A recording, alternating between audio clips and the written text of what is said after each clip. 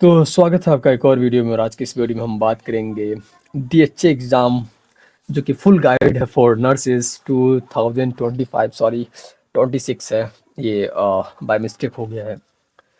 तो नया साल आते ही हम लोग नए चीज़ के बारे में सोचेंगे, देखेंगे और अपने फ्यूचर को हम एक ऐसे लेवल पर लेकर चलेंगे कि जहाँ से हमारा ग्रोथ जो है 110% जो है मतलब मल्टीप्लाई करके हो। तो देखिए, आप अगर डीएचए एग्ज़ाम क्लियर करना चाहते हैं एज ए नर्स, तो ये वीडियो आप अच्छे से देखिए और इस चीज़ को देखने के बाद आप अपने जो फ्यूचर है उसको डिसाइड करिए, राइट। तो देखिए, हम डीएचए एग्ज़ाम के बारे में जानते हैं। What is DHA exam? DHA exam which means की Dubai health authority exam is licensing exams. देखिए, जो डीएचए एग्ज़ाम है वो लाइसेंसिंग एग्ज़ाम है, ठीक है। Required for nurses who want to work in Dubai, जो दुबई में काम करना चाहती हैं, जो भी हों, ठीक है, उनके लिए ये है, राइट। और दूसरी चीज़ ये है कि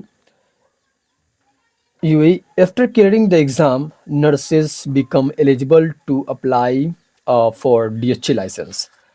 जब आप एग्ज़ाम क्लियर कर लेते हो तो आप जो अप्लाई करने के लिए एबल हो जाते हो, एलिजिबल हो जाते हो डीएचए लाइसेंस के लिए। तो सबसे मेन चीज़ क्या है? हमारा डीएचए एग्ज़ाम सबसे मेन चीज़ है। अगर ये आपका क्लियर है तो आपको लाइसेंस दे दी जाएंगे। अब डीएचए एग्ज़ाम जो होता है उसका प्रोसेस मैं वीडियो में बताऊँ। काफ़ी सारा वीडियो हमारा चैनल पे आप जाकर विजिट करके देख सकते हो। अलग अलग तरह के अलग अलग जो कोर्सेज हैं उसके हिसाब से मैं बनाया हूँ, तो आप उसको भी देख सकते हो कि कैसे एग्ज़ाम होता है, कैसे उसका एमसीक्यूज़ होते हैं। तो अभी हम लोग जो स्टार्ट किए हैं वो आप पढ़ा रहा हूँ सारी चीज़ें, तो आप लोग वहाँ से भी पढ़ सकते हो। दूसरी चीज़, मैं इसका भी बैच लाऊंगा, ठीक है। तो सबसे ज़रूरी है डीएचए एग्ज़ाम, ठीक है।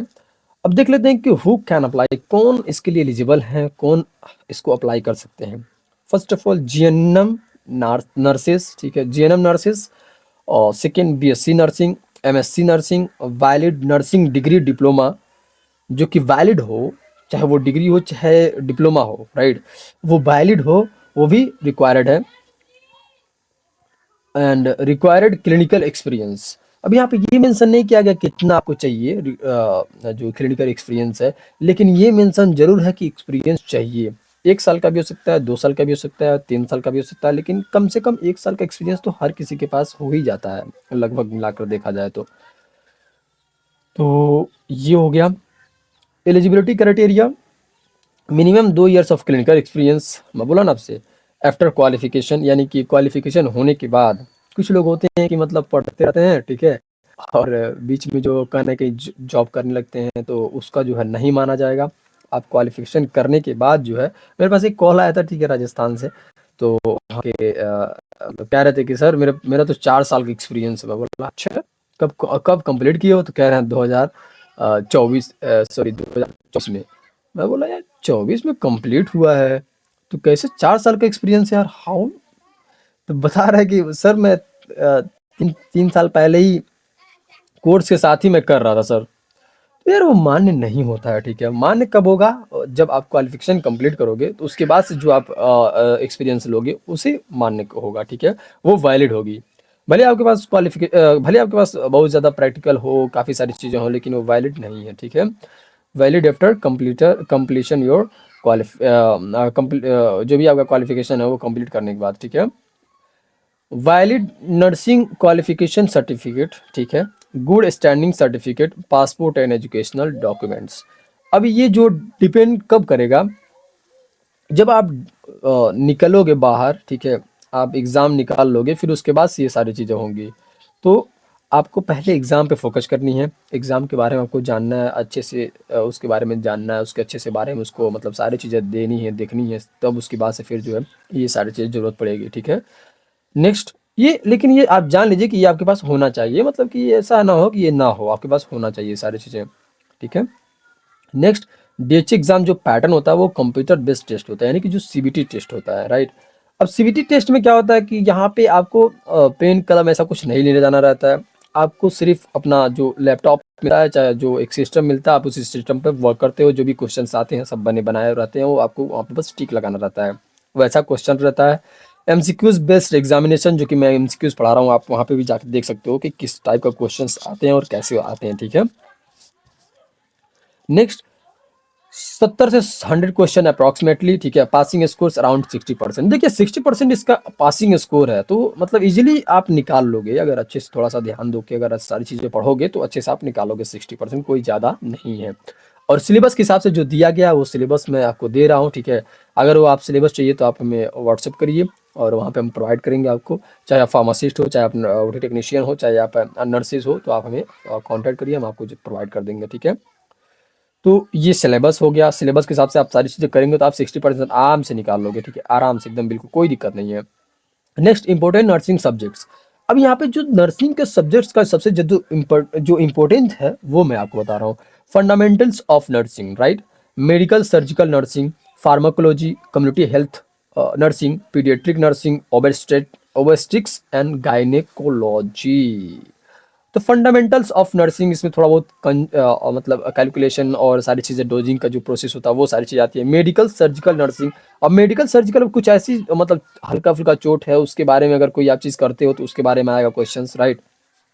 फार्माकोलॉजी जो कि थेराप्यूटिक से रिलेटेड है कि दवा कैसे काम करता है और इफेक्ट उसका क्या होता है, डोजिंग उसका क्या होता है, ये सारी चीज़ें फार्माकोलॉजी में आती है, ठीक है।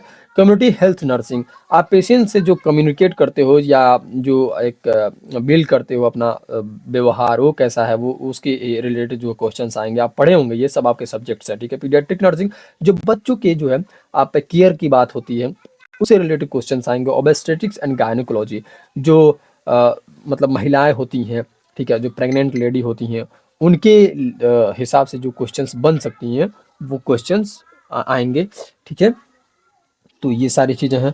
अब उसके बाद से जब आप ये सब चीज़ कंप्लीट कर लेते हो, और मैं आपसे बताया है कि जब अगर आपको सिलेबस चाहिए तो हमें आप व्हाट्सअप करिए, हम आपको वहाँ पर प्रोवाइड करेंगे। देखिए और ये वीडियो आप शेयर करिए ताकि एक ग्रुप में किसी भी जगह पे ऐसा शेयर करिए ताकि जो है लोग ये चीज़ें जानें, सीखें।